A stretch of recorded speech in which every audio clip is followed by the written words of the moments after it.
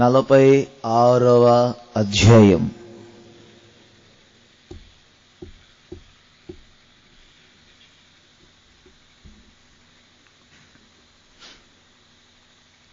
మూడు 4 ఈ వాక్యములు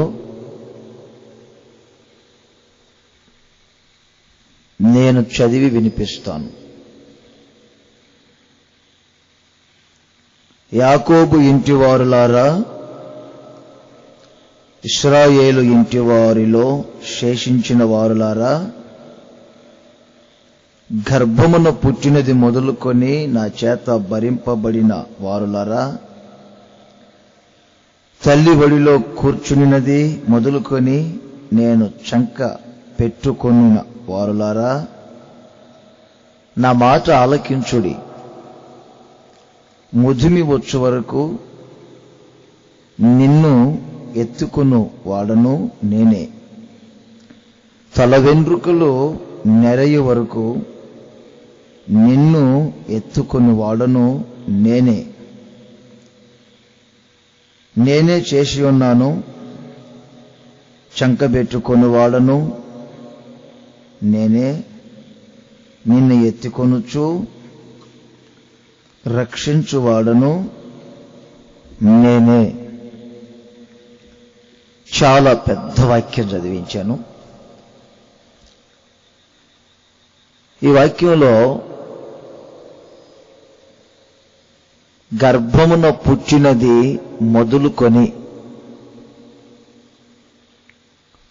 ముదిమి వచ్చు వరకు, లేక ఒక నిండు వృద్ధాప్యం, తల వెంట్రుకలు నెరయు వరకు నిన్ను ఎత్తుకుని వాడను నేనే. ఈ ఎత్తుకుని వాడను అనే చోట తెలుగులోనేమో ఎత్తుకుని వాడను అనే పదం ఉంటుంది. దాన్ని సరిగ్గా మనం కొంచెం వాడుక భాషలోనూ ఇంగ్లీష్లో చూస్తే ఐ విల్ క్యారీ, నేను నిన్ను మోయుదును, నేను నిన్ను మోషెదను అనే పదం ఉంటుంది. ఎప్పటి నుండి ఎప్పటి వరకు ఆయన మోస్తాడు అని ఆలోచన చేస్తే, తల్లి గర్భమున పుట్టినది మొదలుకొని ఇక నీ జీవిత కాలమంతా నిండు వృద్ధాప్యం వచ్చేంత వరకు, నీ కాలగతులు గతించిపోయేంత వరకు నేనే నిన్ను మోషెదను. ఈ వాక్యం ప్రతి సంవత్సరం తప్పనిసరిగా ఈ నెలలో నేను జ్ఞాపకం చేసుకుంటా ఉంటాను. ఈ వాక్యానికి నా జీవితానికి కాస్త పెనవేసుకున్న బంధం ఉంది. పైన వాక్యాల్లో ఏమని రాయబడిందంటే, బేలు కోలుచున్నది,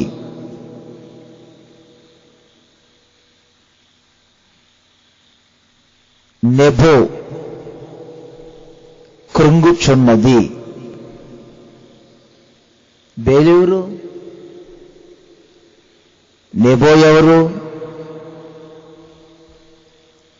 బేలు కూలుచున్నది, నెబో కృంగుచున్నది. ఇంకా కింద అంటాడు, వాటి ప్రతిమలు జంతువుల మీదను మనుషుల మీదను మోయబడుచూ ఉన్నవి. ఇంకా మీరు కిందకు చదివితే, ఆ మోతలు బరువైనందున తప్పించుకొని పారిపోతూ ఉన్నాయి కొన్ని పశువులు, కొన్ని జంతువులు. తలలు పైకి లేపి ఆలకించండి, నేను చెప్తాను. సంవత్సరం వస్తుంది అనుకుంటే యేసు ప్రభువుని నమ్ముకున్నప్పుడు నాకు చాలా భయం. కొత్త సంవత్సరం వస్తుందంటేనే గడగడగడగడ వణుకుతాను. కొత్త సంవత్సరం వచ్చిందని కాదు భయం. మా నాన్నగారు పంచాంగం బాగా చదువుతారు. ఆ చదివిన పంచాంగంలో కొత్త సంవత్సరం రాగానే ఏం చెప్తారంటే, చదివి, ఒరే నాగరాజు, ఈ సంవత్సరం పశువులు మొత్తం చస్తాయిరా అంటాడు. ఎందుకు నాన్నగారు అనేవాడిని. దేవుడు ఈ సంవత్సరం పశువుల మీద ఎక్కువచ్చాడు రా అంటాడు.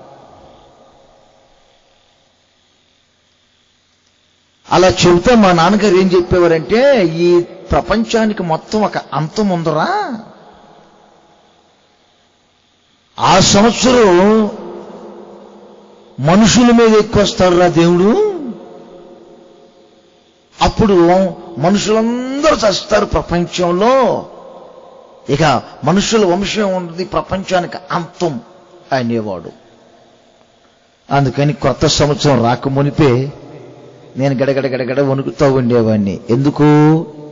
దేవుడు మనుషుల మీద రాకూడదు ఎక్కి, దేవుడు మనుషుల మీద ఎక్కి రాకూడదు, మనమంతా చస్తాము చస్తాము చస్తాము చస్తాము అని. ఒకసారి ఏమో ఎలుక మీద వచ్చాడు, ఒకసారి ఏమో ఏనుగు మీద వచ్చాడు, ఒకసారి ఏమో దున్నపోతు మీద వచ్చారు, ఒకసారి ఏమో గేదె మీద వచ్చారు, ఇంకోసారి గాడిద మీద వచ్చారు, ఇంకోసారి ఏమో పులి మీద వచ్చారు. ఇలా చెప్తా ఉండేవారు మా నాన్నగారు.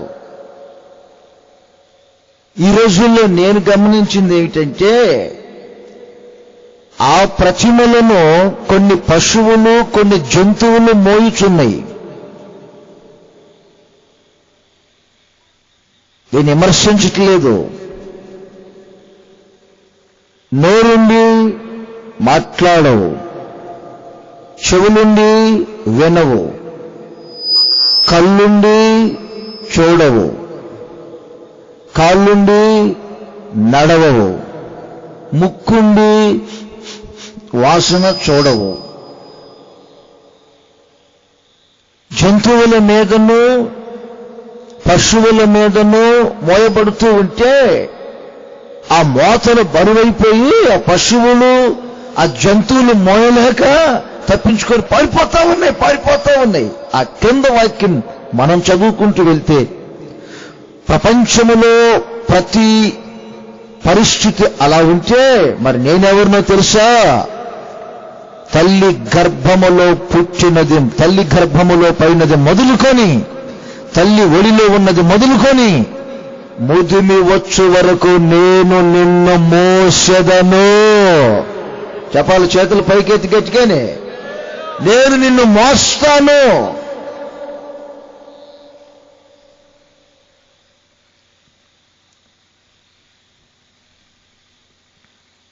ఒకసారి మీ స్వార్థాన్ని నేను చూస్తాను. దావీదు కూడా పలుసార్లు అంటాడు, తల్లి గర్భమున పుచ్చినది మొదలుకొని, యేసయ్యా నీవే నాకు ఆధారం, నీవే నాకు బేస్, నీవే నన్ను మోస్తున్నావు అన్నాడు. అప్పుడు నేనేమనుకునేవానంటే, తల్లి గర్భమున పుట్టినది మొదలుకొని యేసయ్యా నీవే నాకు ఆధారం, నీవే నన్ను మోస్తున్నావు అని అంటాడు దావీదు. తల్లి గర్భములో 9 నెలలు మీ అమ్మగారు గారు నిన్ను మోసింది. ఆ రోజుల్లో నేనున్నట్లయితే అడిగేవాడిని, దావీదు ఉన్నట్లయితే చెప్పేవారే. ఇక మొయలాహ్నేగా బయటికి పంపించింది అనేవాడేమో. ఈ చిన్నపిల్లల్ని పెంచుకునేటప్పుడు కొంతమంది పిల్లల్ని తల్లిని నేను చూస్తుంటా. ఒక 6 నెలలు మోస్తారు, ఇంకా కొంచెం ఓపుకుంటూ 1 సంవత్సరం మోస్తారు. ఇక తప్పటడుగులు వేసుకుంటూ ఆ పిల్ల నడుస్తూ ఉంటే ఈ తల్లి మొయ్యలేక ఎన్ని లాలన చేస్తుంటుందో. బా మా అమ్మాయి భలే నడుస్తుంది, ఏయమ్మా బంగారు పడుగు, ఏయమ్మా అదిగో నిలిచింది అని.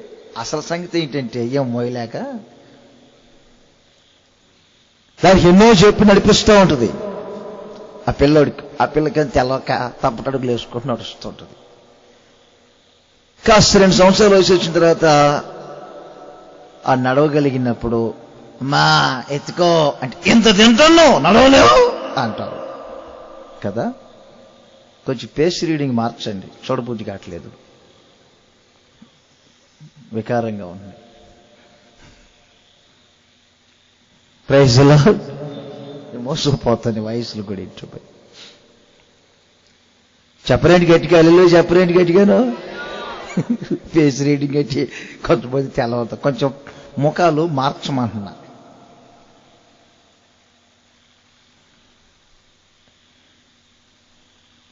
మరి పరిస్థితులు అలా ఉంటాయి. ఇంకో సంగతి కూడా చెప్తా వినండి. నేను అంత ఉన్నప్పుడు మా వదిన గారు, నాగరాజు అమ్మాయిని ఎత్తుకో అనేది. సరే అని కాసేపు ఎత్తుకునేవాడిని. అదేం జారిపోతా ఉంటుంది, ఎత్తుకోలేకపోతా ఉండేవాడిని. నన్ను చూడగానే ఏ అనుకుంటూ వస్తా ఉండేది, మాటలు రావు, పుట్టది. దీని పని ఎలా ఉందా అనుకుని దాన్ని మోయలేక నేనేం చేసామని తెలుసా, కానరాని స్థలంలో అది దట్టగా మీ తొడపాశం మీద పెడతారు, గిచ్చేవాడిని మోయలేక. ఇక పిల్ల ఏడ్చేది. ఇక నన్ను చూస్తే చాలు మొగవిడి తిప్పుకునేది. నేనేమో అమ్మాయి ఏడుస్తున్నట్టున్నది, ఈ వదిన తీసుకుంటా అంటే ఆ పిల్ల నా ముఖం చూస్తే చాలు రానని చెప్పి అడిపోయిపోయేది. ఆ రోజుల్లో మోయటానికి నాకు ఒళ్ళు బరువు అయ్యి దానికి ఇచ్చేవాడిని. మీకు అర్థమైందా? అరే బైబిల్లో 2 కాళ్ళు లేని కొంచెం వాడు ఒకడు ఉన్నాడు, 2 కాళ్ళు విరిగిపోయినాయి. ఏమైందంటే వాడు దాది అలా వాడిని తీసుకొని వెళ్తా వెళ్తా వెళ్తా వెళ్తా జ్వరం విడిచింది పని మనిషి. వాడు 2 కాళ్ళు విరిగిపోయినాయి. వాడి జీవితకాలం అంతా ఇలాగే కుంటివాడైపోయాడు. మిమ్మల్ని మోసేది మనుషులు కాదు, మిమ్మల్ని మోసేది మీకు నచ్చిన వారు కాదు, మీకు మెచ్చిన వారు కాదు. కొన్ని ప్రతిమలు కొన్ని పశువుల మీదనో జంతువుల మీదనో మోయబడుతూ ఉండగా ఆ మోతను మోయలేక ఆ ప్రతిమలు పారిపోతూ ఉండే నా ప్రభువైన యేసుక్రీస్తు ఈరోజు మీతో చెప్తున్నారు, నీ జీవిత ప్రారంభము నుండి నీ జీవిత అంతము వరకు నేనే నిన్ను మోసెదను. చప్పట్లు కొట్టాలి గట్టిగా. నేను నిన్ను మోసెదను, నేను నిన్ను మోసెదను, నేనే నిన్ను మోస్తాను, నేనే నిన్ను ఎత్తుకుంటాను, నిన్ను భరించేవాడిని నేను. నీ భారాన్ని నా మీద వేయి, నిన్ను మోస్తాను. కొన్ని పర్యాయాలు దేవుని వాక్యం చెప్తుంది, ఆయన మన రోగములను భరించారు, మోశారు. ఆయన మన పాపములను మోశారు, భరించారు.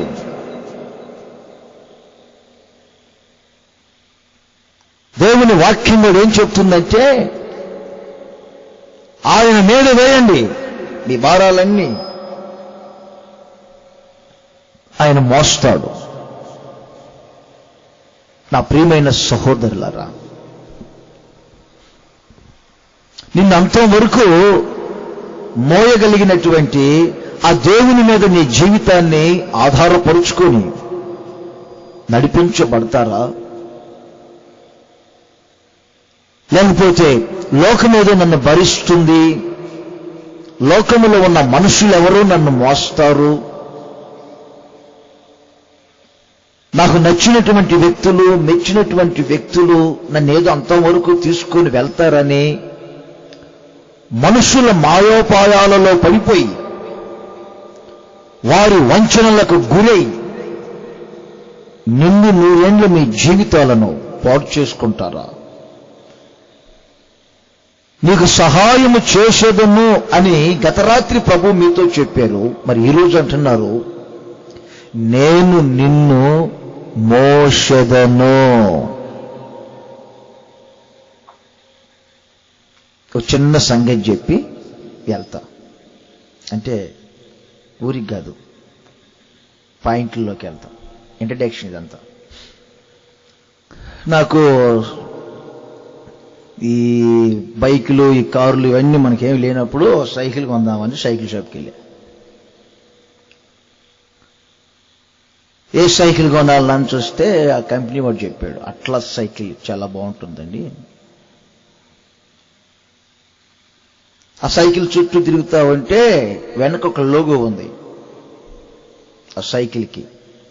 ఏమిటంటే ఆ బొమ్మ మీరు కూడా గుర్తుపట్టవచ్చు, పెద్ద ఫైటర్, ఒక పెద్ద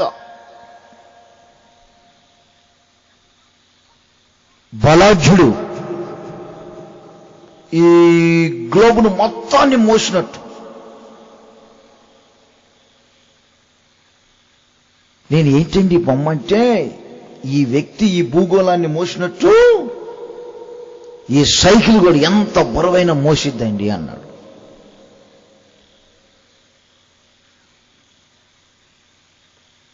సరైన సైకిల్ కొనుక్కున్నాను. ఒక రోజు కోటానికి వెళ్ళాను.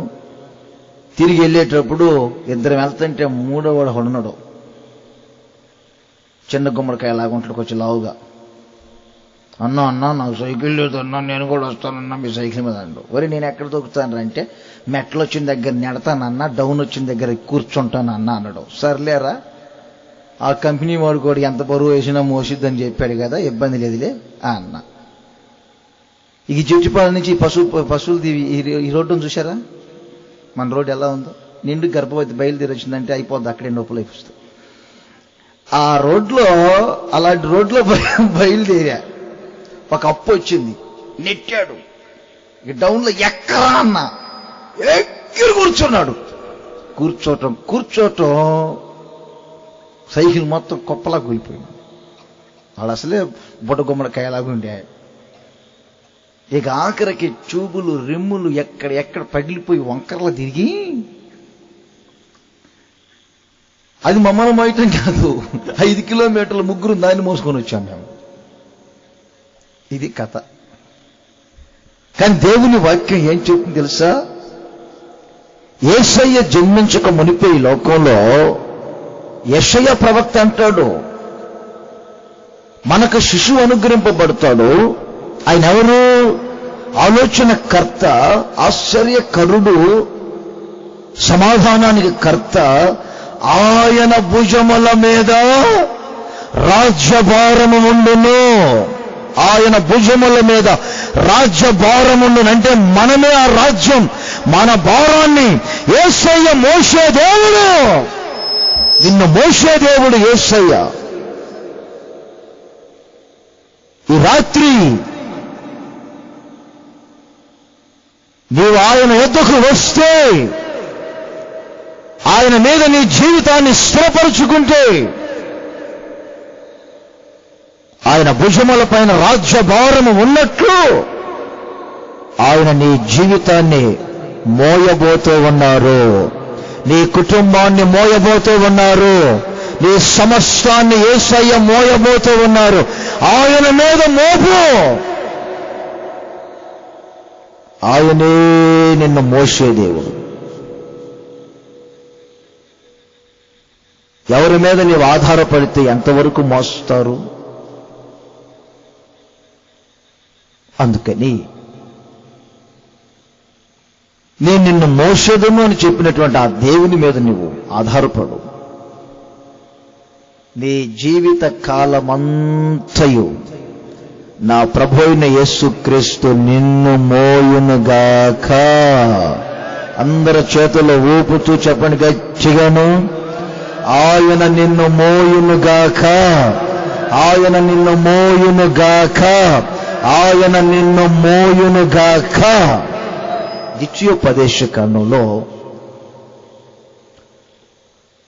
ఆయన మోయుచూ ఉంటే మన జీవితంలో కలిగే ఆ ఆశీర్వాదాలు ఎలా ఉంటాయో కొద్దిగా మీతో చెప్తా. ద్వితీయోపదేశకాండం అందరు నోట్ చేయండి, ఒక చక్కని మాట చెప్తాను. 33వ అధ్యాయం. ఈ 33వ అధ్యాయంలో 12వ వాక్యాన్ని చదువుతాను. బెన్యామీనును గూర్చి ఇట్లనెను, బెన్యామీను యెహోవాకు ప్రియుడు, ఆయన యొద్ద అతడు సురక్షితముగా నివసించును, దినమెల్లా ఆయన అతనికి ఆశ్రయమగును, ఆయన భుజముల మధ్య అతడు నివసించును. క్రింద మాట మరొకసారి నోట్ చేయండి. ఆయన భుజముల మధ్య, క్రింద ఫుట్ నోట్లో ఒక మాట ఉంటుంది చూడండి. ఆయన భుజముల మీద అతడు నివసించును. దేవుని భుజముల మీద బెన్యామీను నివసించుచున్నాడు. యాకోబుకు ఆఖరి కుమారుడు బెన్యామీను. ఈ బెన్యామీనును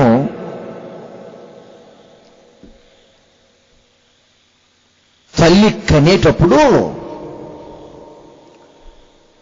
చాలా ప్రసవ వేదన పడుతూ కన్నది. ఆ ప్రాంతం నుంచి ఇంకో ప్రాంతానికి వెళ్తున్నారు. ఆ మార్గంలోనే ప్రసవ దినాలు నిండే. ఓ వేదన పడి వేదన పడి వేదన పడి వేదన పడి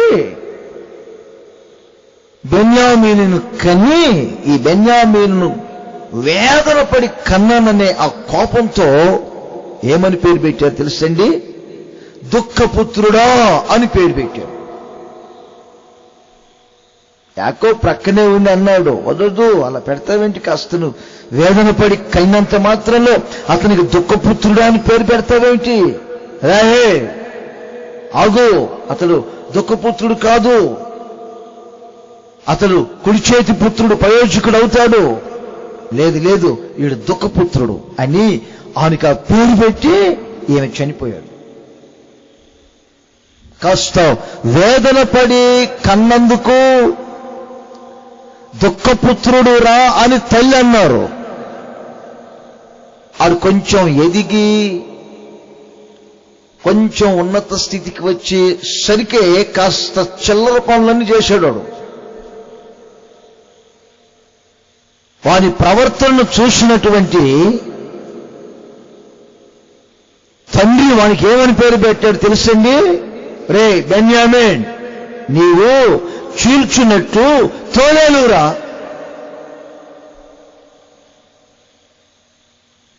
అంత తోడేలు స్వభావం ఉన్నది నీకు అన్నాడు. నేను ఒక్కొక్కసారి ఆలోచించేవానండి. తల్లి ఏమో దుఃఖపుత్రుడా అని పేరు పెట్టారు, తండ్రి ఏమో చీల్చున్నట్టు తోడేలు అన్నాడు. మరి దుఃఖపుత్రునికి, చీల్చున్నట్టు తోడేలు లాంటి వ్యక్తికి దేవుని భుజముల పైన నివసించే ధన్యత ఎలా దొరికింది?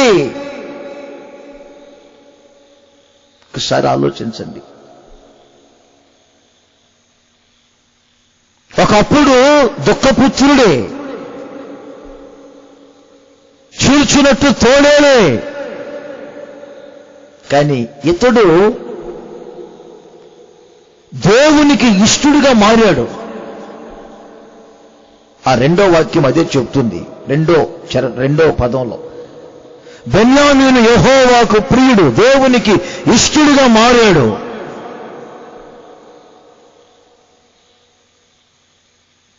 అందుకని దేవుని భుజముల మీద ఇతడు నివసించే ధన్యత బెన్యామీనుకు దొరికింది. ఒక చిన్న బ్లెస్సింగ్, ఒక ఆశీర్వాదం ఏంటి తెలుసు అక్కడ, చిన్నది కాదు, ఒక ఆశీర్వాదం ఏంటి తెలుసు అక్కడ. బెన్యామీను దేవుని యొద్ద సురక్షితముగా నివసించుచున్నాడు. అంటే దేవుడు ఎవరిని మోస్తాడో, ఎవరు దేవుని భుజముల పైన ఉంటారో,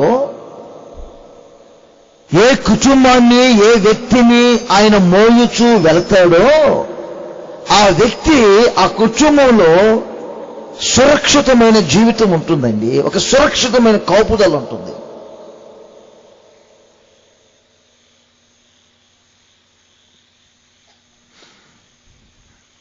ఇప్పుడు మీ సంగతి నేను గమనిస్తే, మీ సంగతే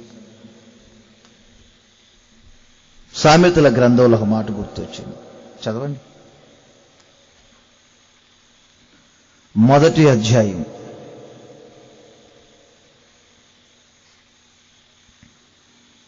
8వ మాట.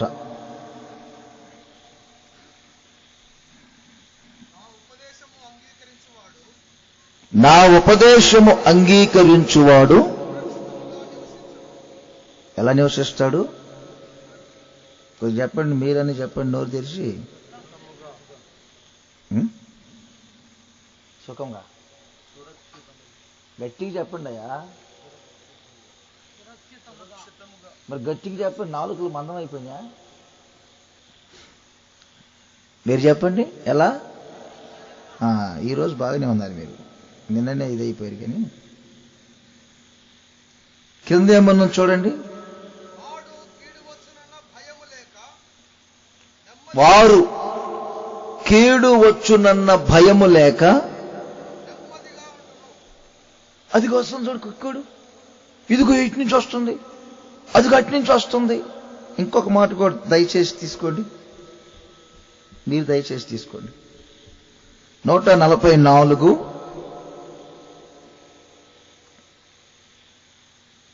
14 కీర్తనలు. మా ఎడ్లు గొప్ప బరువులు మోయగలవి, మా వీధులలో చొరబడుట అయినను పరుగులెత్తుట అయినను. చూశారండి, కొంతమందికి కంగారు ఎక్కువ. ఎవరికి కంగారు ఎక్కువ తెలుసా? ఎవరిని దేవుడు మోయరో, ఎవరు దేవుని మీద మోయబడరో వారు కంగారు పడతారు. దేవుని భుజాల మీద ఉన్న వానికి దేవుడు ఎవరిని మోసుకుంటూ వెళ్తున్నాడు, వీడికి ఎందుకు కంగారు? నేను కొండజాతి వారిని చూసేవాడిని తెలంగాణలో ఉన్నప్పుడు. మన ప్రాంతంలో ఉన్నారో లేదో లంబాడి వాళ్ళు. ఆ ఊరికి వెళ్ళి సంత చేసుకొని పిల్లలకంత జిలేబీ, లడ్లు అన్ని కొని పెడతారు. 2 చేతులతో 2 సంచులు పట్టుకుంటారు. ఇక్కడి నుంచి వారు గ్రామాలకు వెళ్ళాలంటే వాళ్ళ కొండల్లో ఉన్న చిన్న గ్రామాలకు ఆటోలు, ఈ బస్సులు సౌకర్యం లేక నడిచి వెళ్తూ ఉంటారు సంత చేసుకుని. 2 చేతులతో 2 సంచులు పెట్టుకొని ఈ పిల్లల్ని ఏం చేస్తారంటే భుజాల మీద ఎత్తుకుంటారు. ఆ పిల్లలు ఇటొక్కాలు వేస్తారు. మీరు కూడా చేస్తున్నట్టుంది ఆ పని, నవ్వుతున్నారు కొంతమంది. ఇక తండ్రి తల్లి మోసుకుంటూ వెళ్తా ఉంటారు. దీనికి ఏం పని, శుభ్రంగా ఇటొక్కాలు వేసి అంతక మొక్కజొన్న కండ్లు, లడ్లు, జిలేబీ తినుకుంటూ వెళ్తుంటది సరదాగా. అంతకి కొంచెం పడతాననుకున్నప్పుడు ఆమె జడ పట్టుకుంటుంది, ఏమంటే లేకపోతే జుట్టు పట్టుకుంటుంది, ఏం దిగులు లేదు. ఇప్పుడు మీకు ఒక సంగతి చెప్పనా, రాళ్ళు తగిలాయి అనుకోండి, ఎవరు తగులుతాయి చెప్పాలి. మీరు గుంట్లలో కాలు పడేది ఎవరికి? పైన ఉన్నవారికా, మోసేవారికా? అర్థమవుతుందా? ముళ్ళు గుచ్చుకున్నది పైన ఉన్నవారికా, ఇప్పుడు మోసేవారికా? ఒకసారి ఆలోచించాలి మీరు ఇదంతా.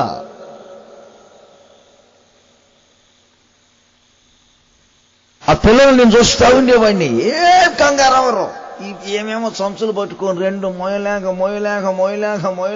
ఊకుంటా, అబ్బా అనుకుంటా, ముళ్ళు గుచ్చుకొని కాళ్ళు ఎక్కడో రాళ్ళకు తగిలి నానా బాధలు పడతా ఉంటే ఈ పిల్లలు అది ఎంత ఏం ఆలోచించకుండా ఏమండి దేవుని తండ్రి తల్లి యొక్క భుజాల పైన ఉండి వారు సురక్షితంగా నడిపించబడతారు. అంటే నా దేవుని భుజముల పైన నీ ఉంటే, నా దేవుడు నిన్ను మోయిస్తే ఈ రోజు నుండి కీడు వచ్చునన్న భయము లేకుండా సురక్షితముగా నీవు జీవించబోతున్నావు. చేతుల పైకే చెప్పుకొని గట్టిగా, ఇంకోసారి చెప్పుకోవాలి గట్టిగా, కీడు వచ్చునన్న భయము లేదు. రాష్ట్రములో ఈ రోజున సురక్షితమత లేదు, ఒక సరైన కాపుదల లేదు.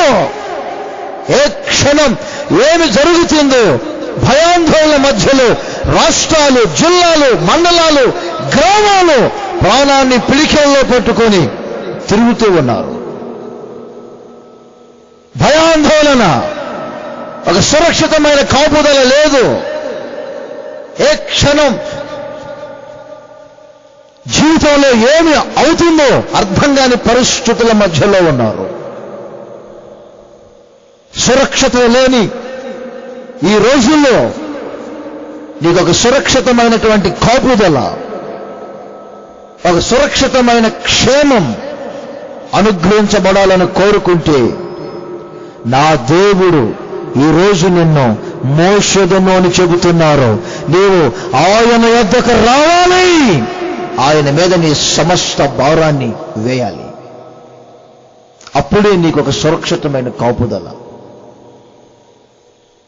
గత సంవత్సరాలన్నీ నా దేవుడు నన్ను మోసాడు.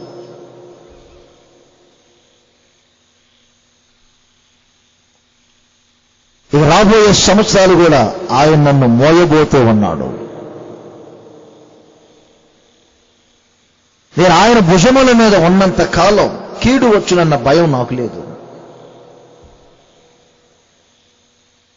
నా వీధులలో అంటే నా సరిహద్దులలో పరుగులెత్తుట కానీ, నెక్స్ట్ నా వీధులలో జ్వరపడుట కానీ, నా వీధులలో అంటే నా సరిహద్దుల్లో నాకు దేవుడిచ్చిన పరిచయలో అలాగే ఆలోచించుకోండి. దేవుడు నీకిచ్చిన వ్యవసాయములో, వ్యాపారములో, నీకు దేవుడిచ్చిన ఉద్యోగములో, దేవుడు నీకిచ్చిన కుటుంబములో ఎంత మాత్రం చొరబడుట కానీ, ఉరుకులెత్తుట కానీ, కీడు వచ్చునన్న భయము లేకుండా నా దేవుడు నిన్ను, నీ కుటుంబాన్ని, నీకు కలిగిన సమస్తాన్ని సురక్షితముగా కాచుకొనును గాక.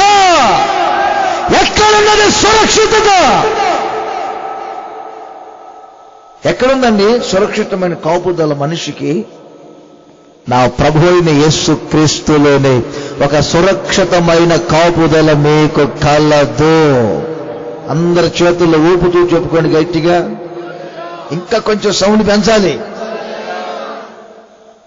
వెనక్కి సౌండ్ వినపడుతుంది, ముందు సౌండ్ వినపడట్లా.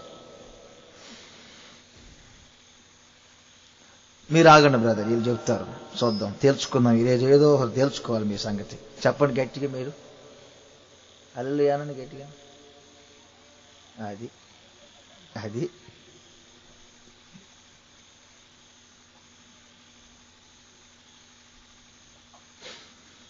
ఫైర్ స్టేషన్ చూసారా?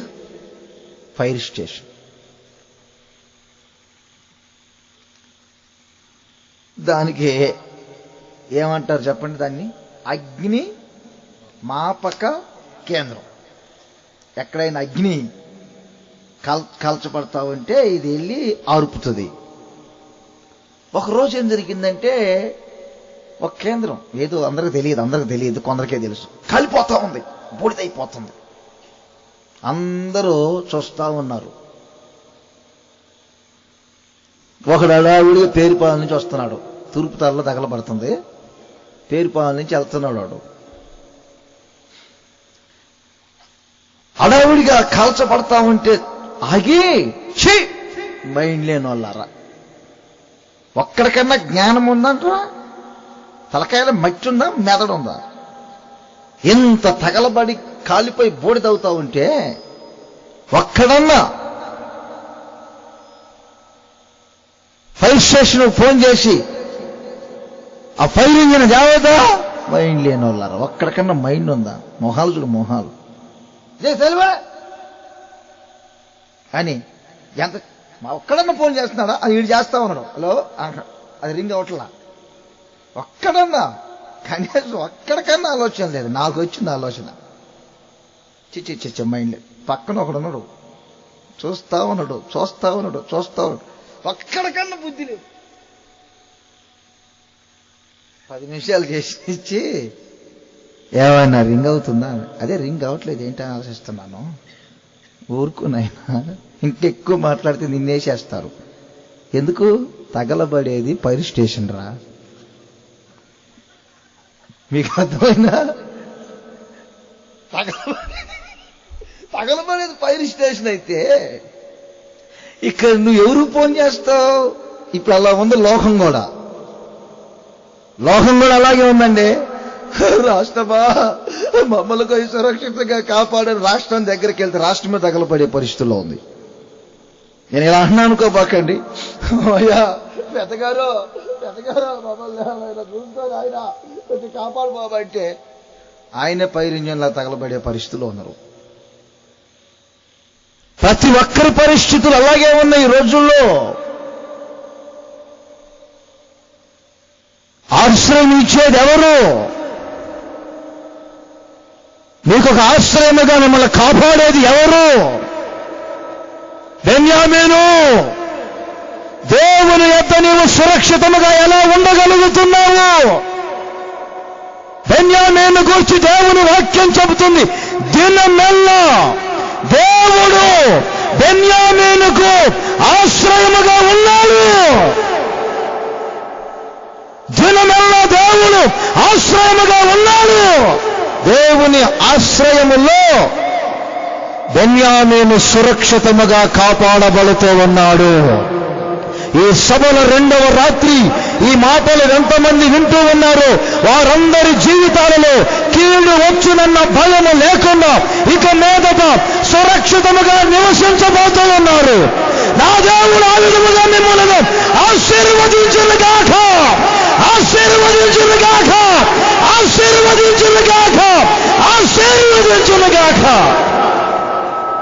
మరి ఎక్కడికి వెళ్తున్నారు? ఎవరి మీద ఆధారపడుతున్నారు? ఎవరిని ఆశ్రయిస్తున్నారు? ఏ చోటుకి వెళ్ళినా అక్కడ సురక్షితత లేదు.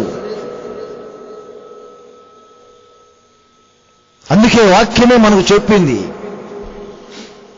వారి ప్రతిమలన్నీ కూడా జంతువుల మీదను, చెప్పండి, జంతువుల మీదను పశువుల మీదను మోయబడుతూ ఉన్నాయి. మీరు విమర్శించట్లేదు అనుకుంటే నేను ఒక మాట చెప్తా.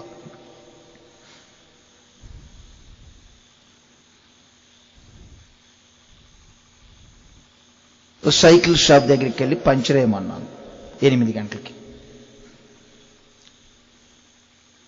అప్పుడు షాప్ ఓపెన్ చేశాడు కుర్రోడు. అదేదో పాపం పొద్దున్నే పూజలు చేసుకుంటారు కదా, 2 అరటిపండ్లు పట్టుకొని ఏదో లోపల పటాలు ఉన్నాయి తిప్పుకున్నాడు. అయ్యా కొంచెం పంచరే బాబు, వేరే ఇంటికి వెళ్ళాలి. ఆగండి, పూజ చేసుకోద్దా అన్నాడు. చేసుకో బాబు, అటు వెళ్ళి టీ తాగి వస్తానని టీ తాగి వచ్చా. గంట పట్టింది. అడావుడిగా 2-3 సైకిల్కి వేసాడు, నా సైకిల్కి వేయాల. పంచి వేస్తావా లేదా ఆ షాపులో ఎంచుకోమంటావా? ఆగండి వేస్తానులే, తొందరపడతా ఎందుకో, ఇప్పుడు నీ సైకిల్ పంచి వేస్తానులే అని అప్పుడు త్రిప్పి అక్కడ పెట్టాడు 2 అరటి పండ్లు. విమర్శ అనుకోబాకండి. అతను చెప్పిన సంగతి నేను చెప్తాను. ఆ 2 అరటి పండ్లు నా కళ్ళ ముందే ఆకలి